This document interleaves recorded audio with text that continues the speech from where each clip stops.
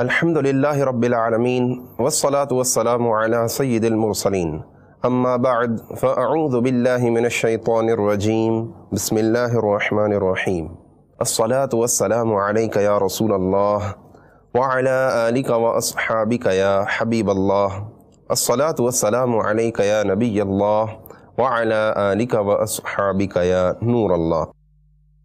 مرحبا بكم بمشاهدين الكرام وإخوة الإسلام في سلسلتنا سلسلة الأعمال الموصلة إلى الجنة.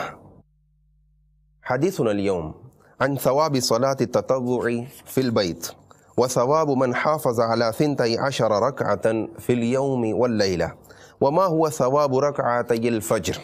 ونسمع في هذه السلسلة عن ثواب 4 ركعات قبل الظهر و4 بعدها، وما هو ثواب 4 ركعات قبل العصر، وما هو ثواب 6 ركعات بعد المغرب وإحياء ما بين العشاءين، وما هو ثواب من صلى بعد العشاء 4 وغيرها.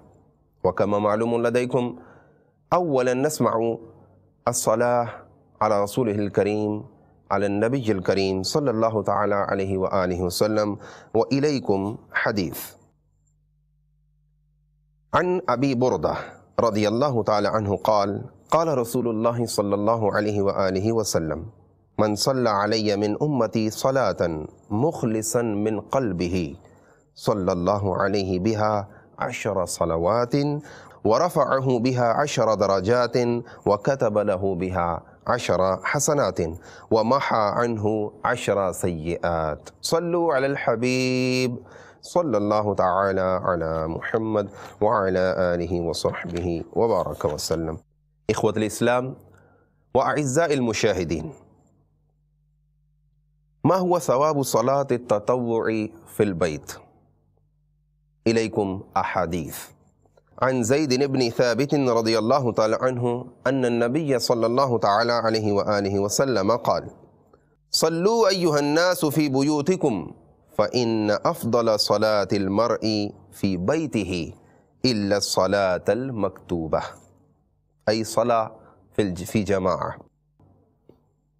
رواه النسائي.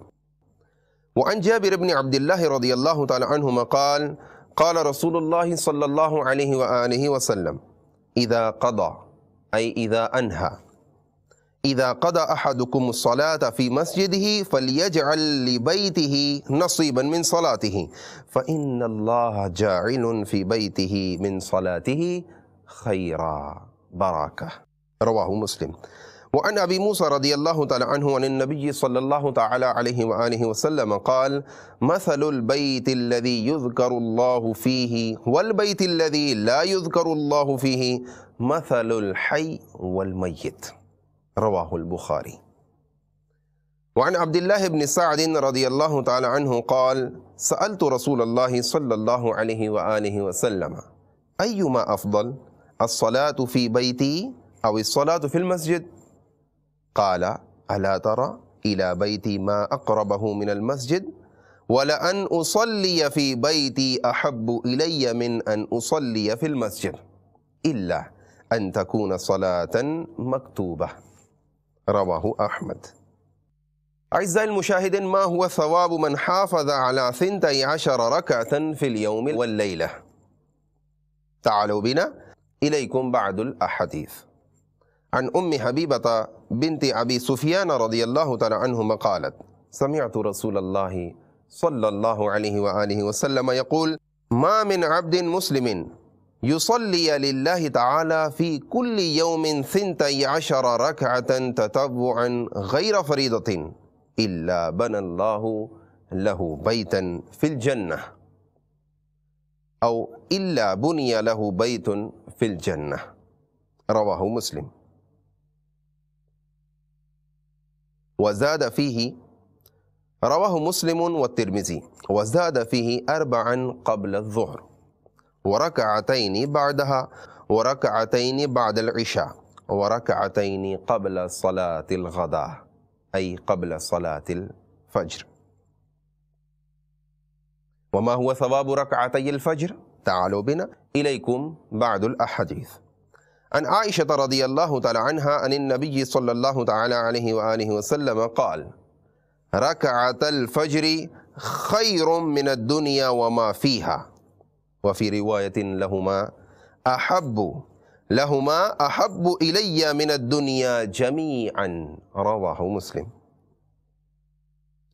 عن ابن عمر رضي الله تعالى عنهما قال قال رجل يا رسول الله دلني على عمل ينفعني الله به قال عليك بركعتي الفجر فإن فيهما فضيلة.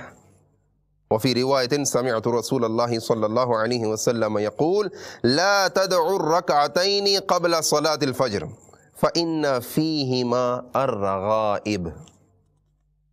صلوا على الحبيب صلى الله تعالى على محمد وعلى آله وصحبه وبارك وسلم. أعزائي المشاهدين، كثير من المسلمين لا يلتزمون بالصلاة التطوع، وهناك سمعنا ونسمع الثواب عن هذه الصلاة كما يأتي. عن أم حبيبة رضي الله تعالى عنها قالت سمعت رسول الله صلى الله عليه وسلم يقول من يحافظ على 4 ركعات قبل الظهر و4 بعدها حرمه الله على النار رواه أحمد.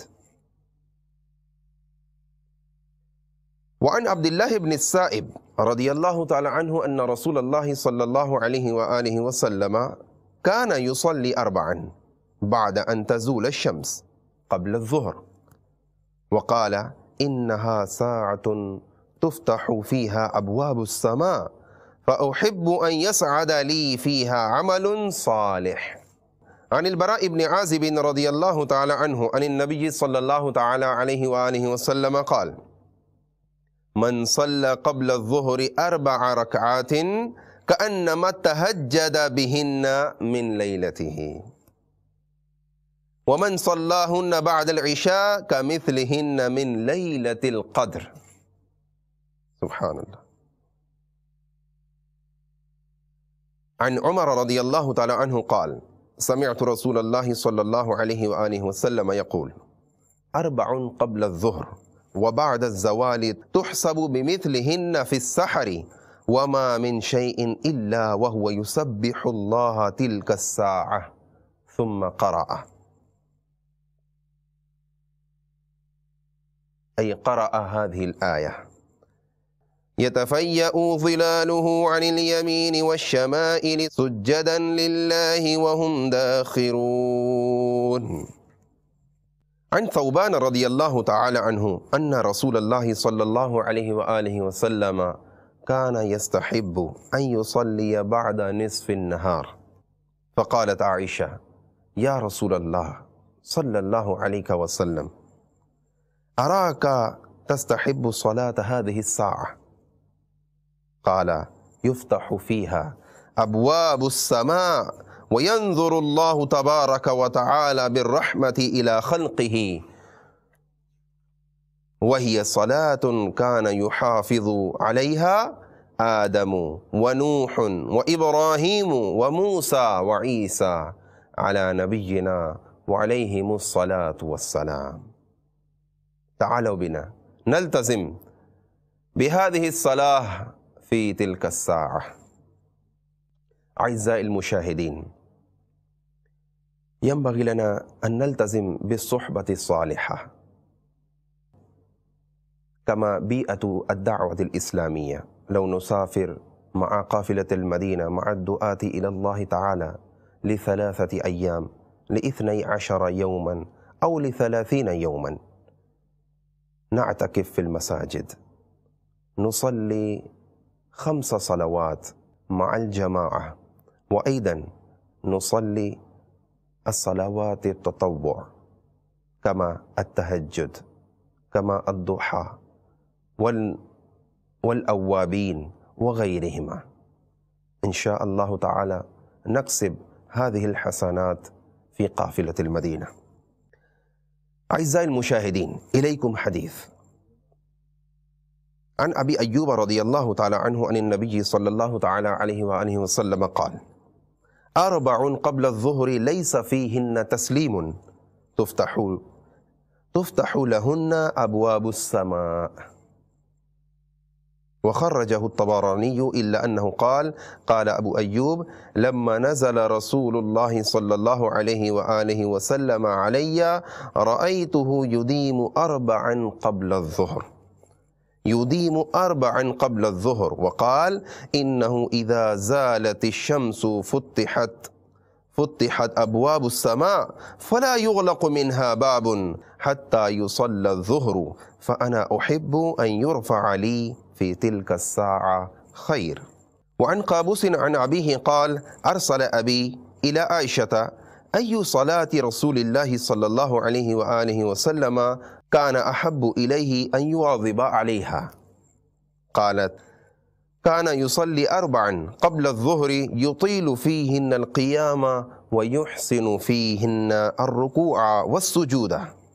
وقال عبد الله بن مسعود رضي الله تعالى عنه ليس شيء يعدل صلاة الليل من صلاة النهار إلا أربعا قبل الظهر وفضلهن على صلاة النهار كفضل صلاة الجماعة على صلاة الوحدة. أعزائي المشاهدين، ينبغي لنا أن نحرص في الحسنات. الدنيا مختصرة قليلة، بقيت أيام حياتنا قليلة، متى تغرب شمس حياتنا لا نعلم. ينبغي لنا أن نكسب حسنات نرضي الله ورسوله عز وجل وصلى الله تعالى عليه وآله وسلم. ينبغي لنا أن نصلي صلاة التطوع قبل الظهر، بعد الظهر، بعد المغرب، قبل الفجر، بعد الظهر، قبل الظهر، قبل العشاء وبعد العشاء. يحتاج فقط دقائق. كم دقيقة نضيعها في حياتنا؟ لو نلتزم بالصلاة التطوع في هذه الساعات يكون ثمينة لنا في الآخرة. نكسب حسنات في هذه الحياة. أعزائي المشاهدين، تعالوا بنا نسمع ثواب 4 ركعات قبل العصر لكي نحرص، لكي نرغب إلى هذه الصلاة. عن ابن عمر رضي الله تعالى عنهما عن النبي صلى الله تعالى عليه وآله وسلم قال، ماذا قال؟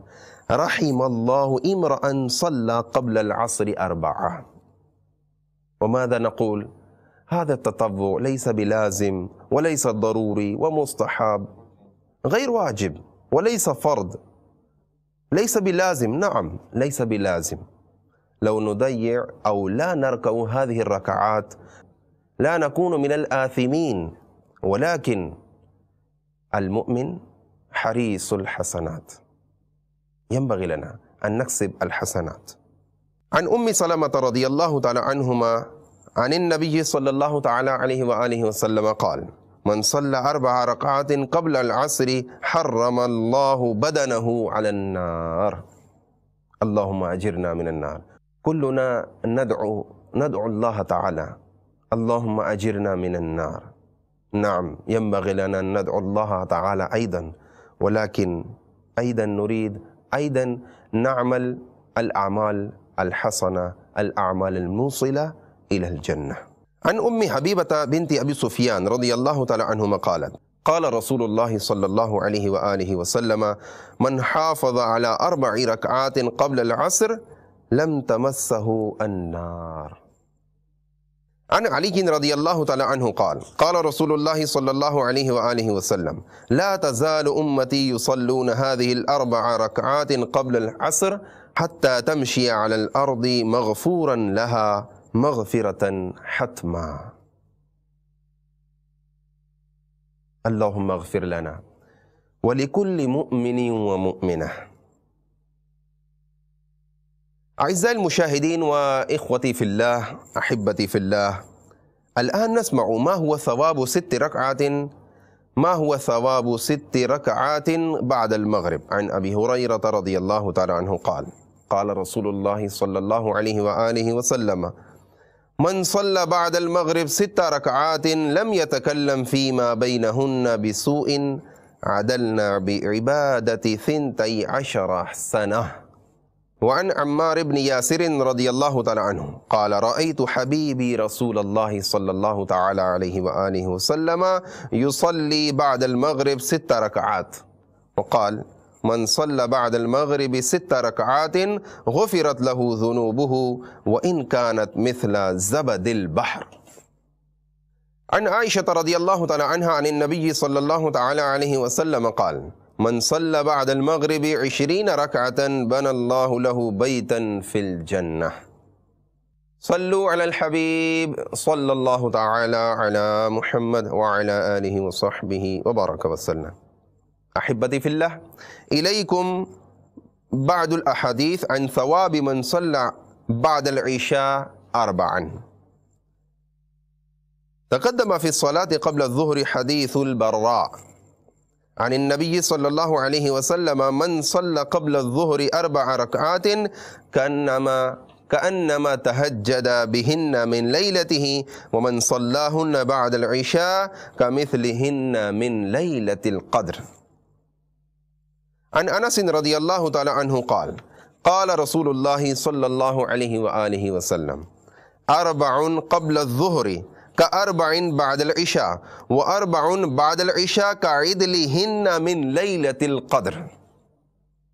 عن ابن عمر رضي الله تعالى عنهما عن النبي صلى الله عليه وسلم قال من صلى العشاء في جماعة وصلى 4 ركعات قبل أن يخرج من المسجد كان كعدل ليلة القدر. أعزائي المشاهدين وأحبتي في الله، إليكم بعض الأحاديث عن ثواب التهجد وقيام الليل.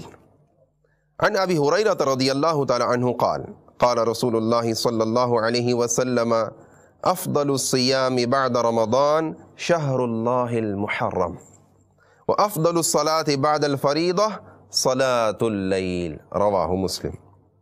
وعنه أي عن أبي هريرة رضي الله تعالى عنه أن رسول الله صلى الله عليه وسلم قال يعقد الشيطان على قافية رأس أحدكم إذا هو نام 3 عقد يضرب على كل عقدة عليك ليل طويل فارقد فإن استيقظ فذكر الله انحلت عقدة فإن توضأ انحلت عقدة فإن صلى انحلت عقده كلها فأصبح نشيطا طيب النفس وإلا أصبح خبيث النفس كسلان.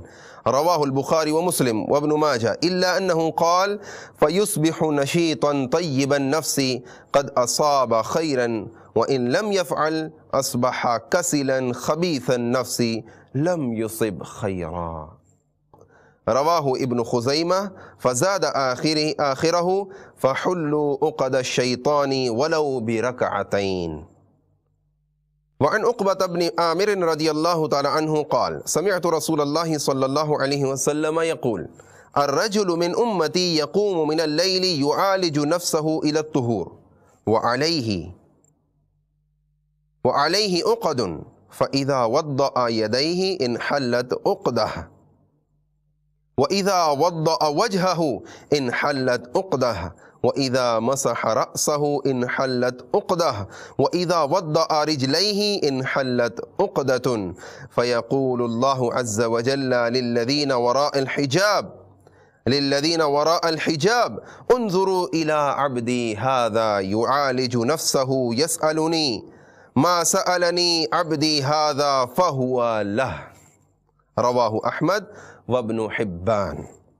وعن جابر رضي الله تعالى عنه قال سمعت رسول الله صلى الله عليه وسلم يقول إن في الليل لساعة لا يوافقها رجل مسلم يسأل الله خيرا من خير الدنيا والآخرة إلا أعطاه إياه وذلك كل ليلة. رواه مسلم. وعن عبد الله بن سلام رضي الله تعالى عنه قال أول ما قدم رسول الله صلى الله عليه وسلم المدينة أي المدينة المنورة مدينة الرسول صلى الله عليه وسلم انجفل الناس إليه فكنت في من جاءه فلما تأملت وجهه واستثبته عرفت أن وجهه ليس بوجه كذاب. قال وكان أول ما سمعت من كلامه أن قال أيها الناس أفشوا السلام وأطعموا الطعام وصلوا الأرحام وصلوا بالليل والناس نيام فتدخلوا الجنة بسلام. رواه الترمذي. عن أبي مالك الأشعري رضي الله تعالى عنه عن النبي صلى الله تعالى عليه وآله وسلم إن في الجنة غرفا يرى ظاهرها من باطنها وباطنها من ظاهرها أعدها الله لمن أطعم الطعام وأفشى السلام وصلى بالليل والناس نيام. رواه ابن حبان. هذه الأعمال الموصلة إلى الجنة ينبغي لنا أن نلتزم بهذه الركعات بهذه الصلوات لكي ندخل الجنة بسلام. وعن أبي هريرة رضي الله تعالى عنه قال قلت يا رسول الله صلى الله عليه وسلم إذا رأيتك طابت نفسي وقرت عيني أنبئني عن كل شيء. قال كل شيء خلق من الماء. فقلت أخبرني بشيء إذا عملته دخلت الجنة. ما هو العمل الذي يدخلني الجنة؟ اسمعوا. قال أطعم الطعام وأفشي السلام وصل بالليل والناس نيام تدخل الجنة بسلام. رواه أحمد. عن أسماء بنت يزيد رضي الله تعالى عنها عن رسول الله صلى الله عليه وسلم قال يحشر الناس في صعيد واحد يوم القيامة فينادي مناد فيقول أين الذين كانت تتجافى جنوبهم عن المضاجع فيقومون وهم قليل فيدخلون الجنة بغير حساب ثم يؤمر بسائر الناس إلى الحساب. سبحان الله. من الذين يتجافون جنوبهم عن المضاجع؟ الذين يقومون بالليل يستيقظون في الليل ويصلون ركعات والناس نيام. سبحان الله. هؤلاء الذين يدخلون الجنة بغير حساب. اللهم حاسبنا حسابا يسيرا وأدخلنا الجنة بسلام بغير حساب. اللهم أجرنا من النار يا مجير يا مجير يا مجير. أعزائي المشاهدين، التزموا بالبيئة المتدينة لمركز الدعوة الإسلامية غير السياسية. هذه البيئة تعطيك بيئة صالحة، أنت تكسب الحسنات وتستعد للآخرة والقبر ويوم القيامة. حياتنا قليلة جدا، ينبغي لنا أن نعمل بالأعمال الصالحة. بادروا إلى الأعمال الصالحة. على سبيل المثال قراءة القرآن والصلوات الخمس والصلاة التطوع والحج والصوم والسفر في سبيل الله مع قافلة المدينة للدعاة إلى الله تعالى ل3 أيام ل12 يوما أو ل30 يوما حسب الاستطاعة. أعزائي المشاهدين، ابقوا معنا على مشاهدة قناة مدني. نسأل الله تعالى أن يجعلنا من الذين يستمعون القول ويتبعون أحسنه. سبحانك اللهم وبحمدك لا إله إلا أنت أستغفرك وأتوب إليك وما علينا إلا البلاغ المبين.